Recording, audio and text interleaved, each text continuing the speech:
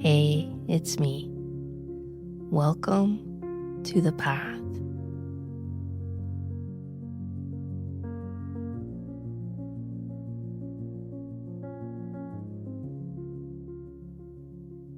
Take a gentle breath. Let your body soften into where you are. Somewhere inside you lives a child who still remembers trust. Not the kind of trust that ignores pain, the quiet knowing that life is meant to hold you. Today, we turn toward that place and toward the long story carried through families, bodies, and generations. Humanity's deepest wounds do not begin with us. They move through family lines like unfinished sentences. Fear, shame, anger, silence. Survival patterns passed down not by choice, but by necessity. Families are where love first tries to live. They're also where trauma first takes root. What we call personal issues are often collective injuries wearing a familiar face. Anxiety that was never named, grief that had no place to land, innocence that learned to hide in order to survive. The inner family lives inside each of us.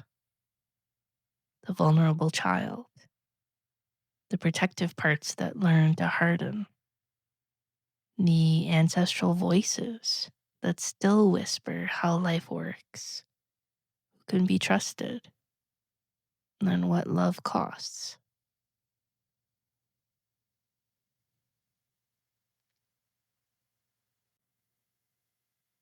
Healing is not about blaming the past. It's about listening to it with compassion.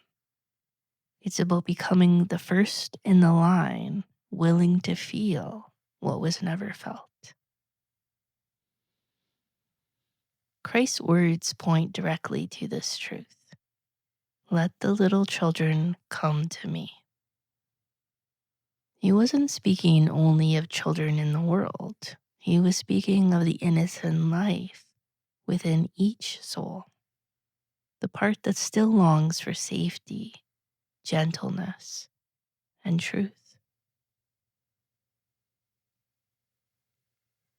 When innocence is wounded, trust collapses. And when trust collapses, fear becomes the organizing force of life. This is how collective trauma reproduces itself, not through evil, through unhealed pain. The new earth can't be built on unresolved inheritance. It requires healing at the root, not just in systems, in families.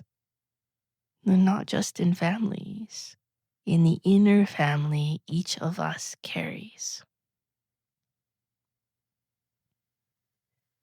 When you meet your inner child with honesty and care, you interrupt the transmission of trauma. When you honor the grief and fear that lived in your parents and your grandparents, you release what no longer needs to be carried forward. This is sacred work, quiet work, often invisible. But every time innocence is restored inside one person, divine trust re enters the human field. The belief that life can be met without armor begins to return. Healing the generations is not about erasing the past. It's about redeeming it, allowing love to reach backward and forward at the same time.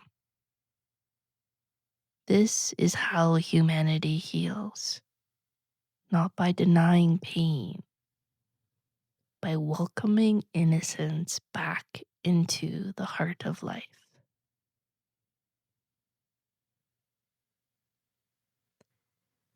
Take a moment now. Place a hand on your chest if that feels right, and ask gently, where does a younger part of me still need safety?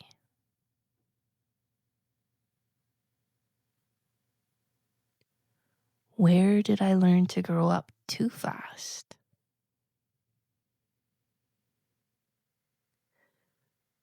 You don't need to relive anything. Only notice. Only offer presence.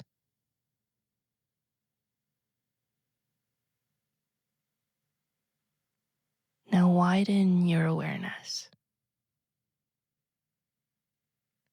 Imagine that this care reaches not only you, but the generations behind you and the ones yet to come.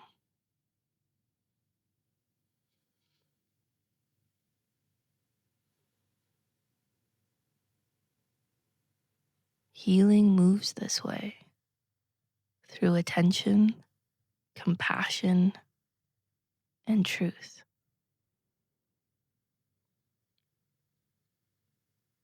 May the innocence within you feel welcomed home.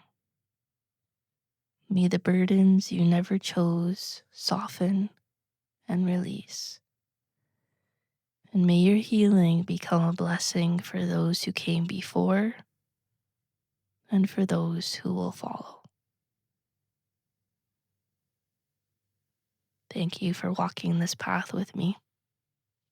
Until next Sunday, may trust return gently to the heart of life.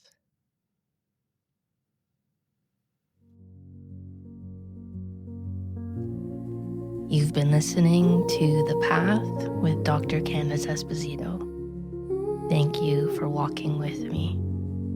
Love you. Connect soon.